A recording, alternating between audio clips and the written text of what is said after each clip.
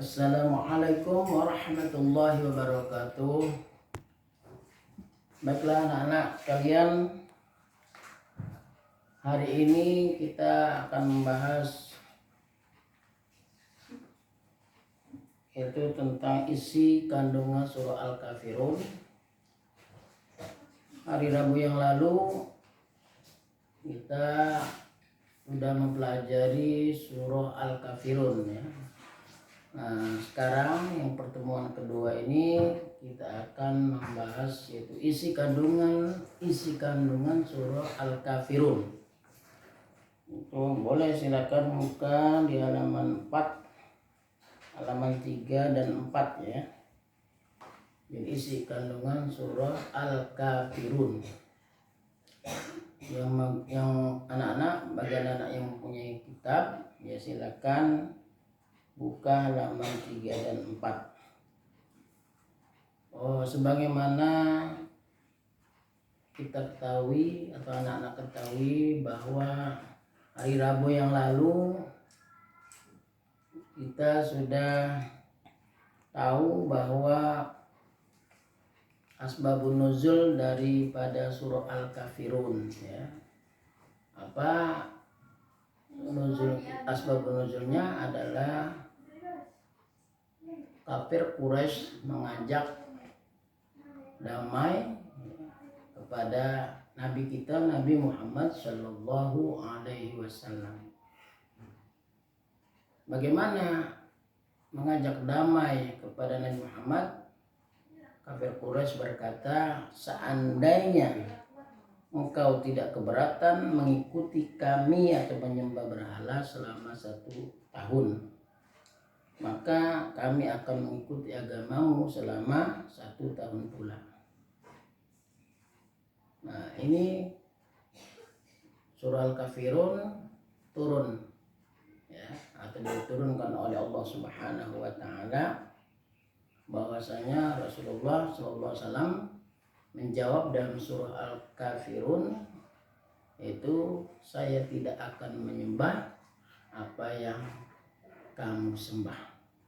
Nah, itu diantara asbabun nuzul surah Al-Kafirun atau kejadian sebelum surah Al-Kafirun diturunkan oleh Allah Subhanahu wa taala. Nah, isi kandungan surah Al-Kafirun itu ada 5 ya di sini dalam kitab halaman 4 ya. Kemudian kita perlu ketahui juga bahwa surah Al-Kafirun itu terdiri dari 6 ayat ya. Terdiri dari 6 ayat. Surah Al-Kafirun ini diturunkan di kota Makkah. Berarti Rasulullah SAW sebelum hijrah ke kota Madinah. Nah, sekarang kita harus ketahui bahwa Al-Quran ini diturunkan di 2 kota. Pertama kota Makkah, yang kedua kota Madinah. Yang terbanyak surah Al-Quran ini diturunkan di kota Makkah ya. Apa ciri-cirinya? Surah yang diturunkan di kota Makkah biasanya setelah kita teliti ya, kita baca dalam Al-Quran itu bahwa ciri-ciri surah yang diturunkan di kota Makkah itu ayatnya pendek-pendek. Itu ayat atau surah yang diturunkan di kota di kota Mekah.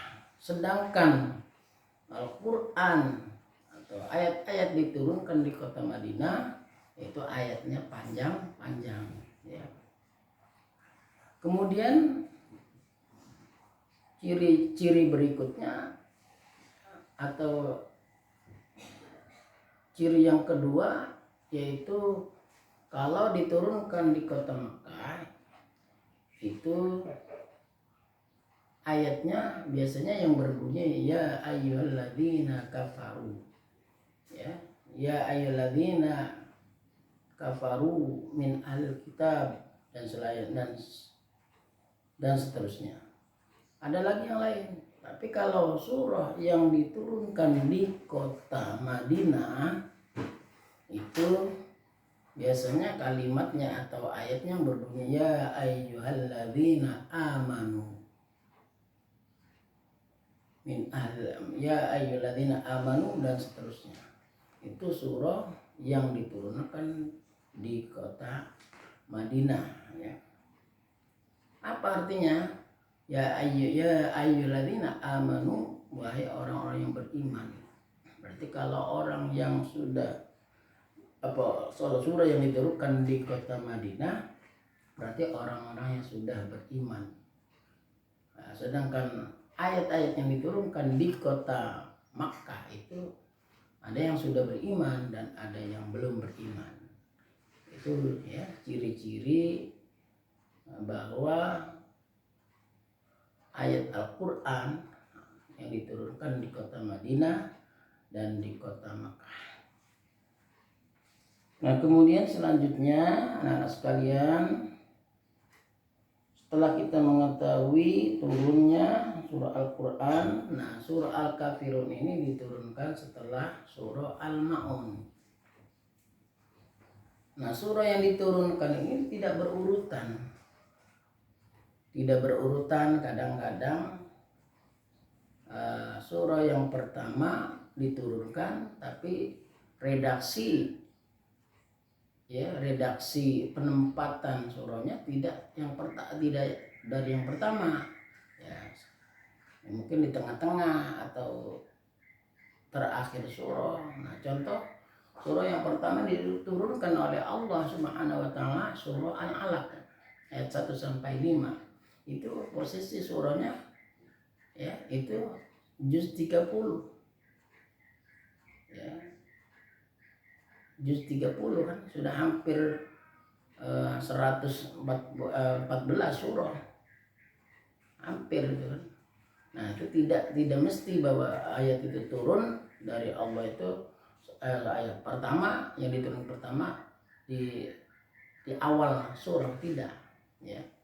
Nah ini makanya di sini surah Al-Kafirun ini diturunkan sesudah surah Al-Ma'un ya. Nah, surah Al-Kafirun ini ditujukan kepada orang kafir yang telah menyekutukan Allah Subhanahu wa taala. Jadi ini bahwa surah Al-Kafirun turun di kota Mekah. Ini khusus ditujukan kepada orang kafir Quraisy. Kalau kita di Indonesia ini kafir bukan kafir Quraisy ya.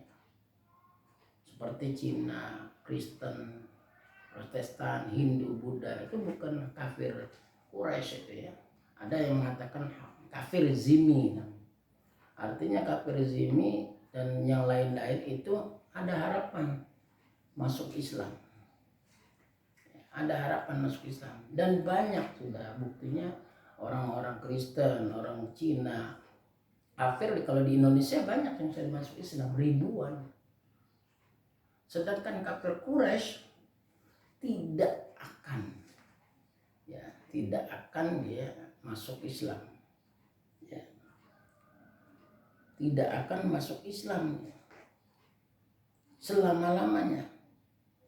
Ya, di sini ada di isi kandungan ayat nomor 3, orang kafir menyekutukan Allah karena mereka menyembah berhala.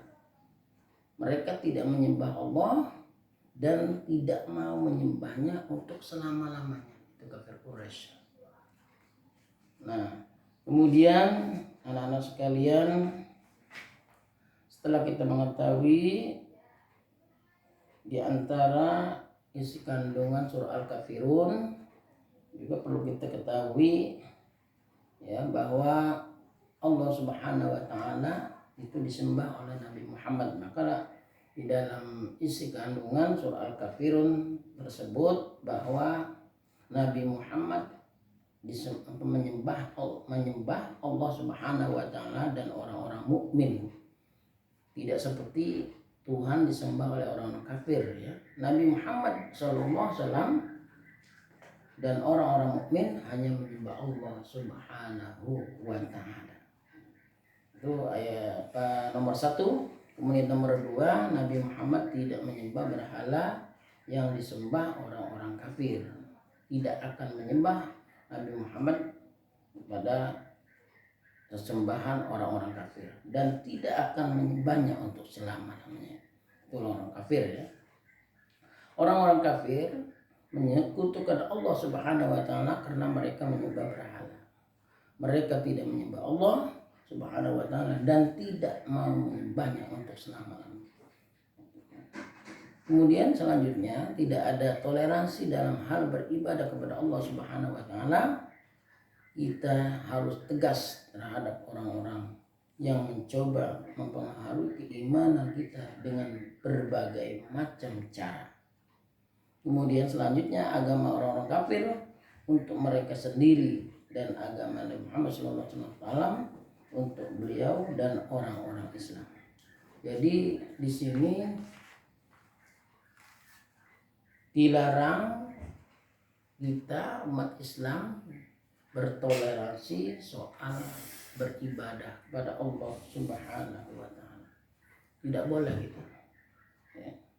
Saling kita orang Islam menyembah berhala atau na'udzubillah orang kafir menyembah misalnya bisa menyembah Allah dan sebaliknya.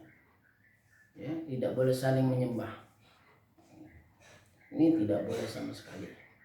Harus tegas bahwasanya la a'budu ma ta'budun, saya tidak akan menyembah apa yang kamu sembah. Nah, itu ya. Jadi bertoleransi soal ibadah itu dilarang oleh agama Islam. Dan sebaliknya, menyembah kepada bertoleransi kepada soal muamalah hubungan sesama manusia, silakan saja, ya tidak apa-apa. Atau menghormati agama lain, seperti yang dicontohkan di sini ada ya 3 anak ya, 1 beragama Islam, yang kedua agama Kristen, yang ketiga adalah agama Buddha. Nah ini 3 anak ini adalah saling menghormati sesamanya. Ya. Yang Islam dia begitu azan berkumandang ya itu dia sholat anak Islam.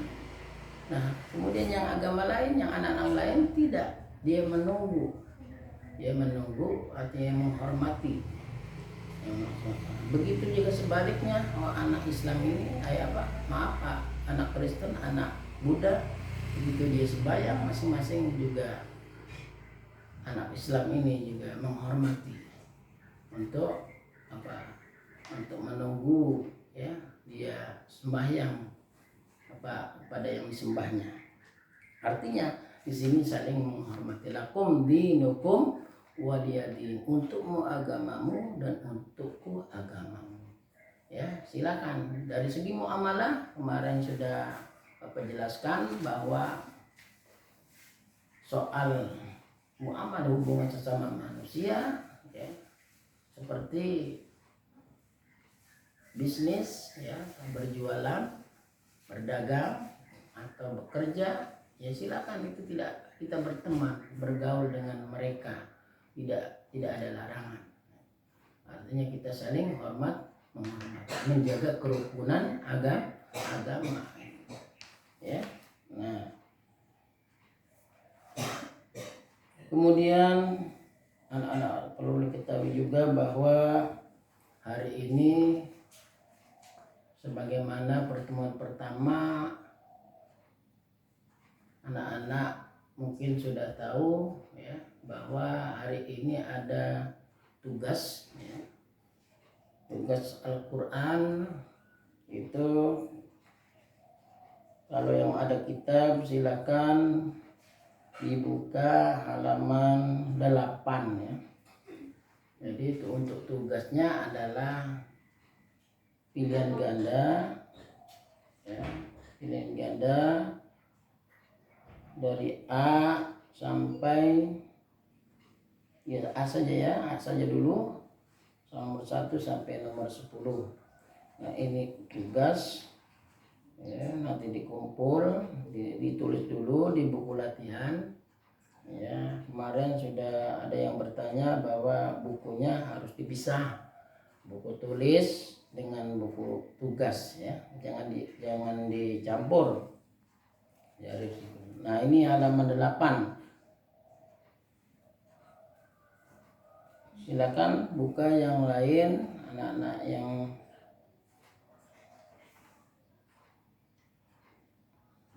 sudah ada kitabnya ya, halaman 8 sampai halaman 9. Nah ini tugasnya ya, ditulis dulu baru disilang sesuai dengan di sini, sesuai dengan anjurannya.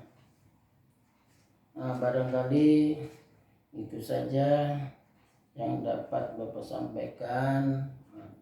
Semoga bermanfaat bagi kita semua, amin ya rabbal alamin. Kita tutup pembahasan surah Al-Kafirun atau isikan surah Al-Quran, surah Al-Kafirun. Terima kasih atas perhatiannya. Billahi taufiq wal hidayah. Wassalamualaikum warahmatullahi wabarakatuh.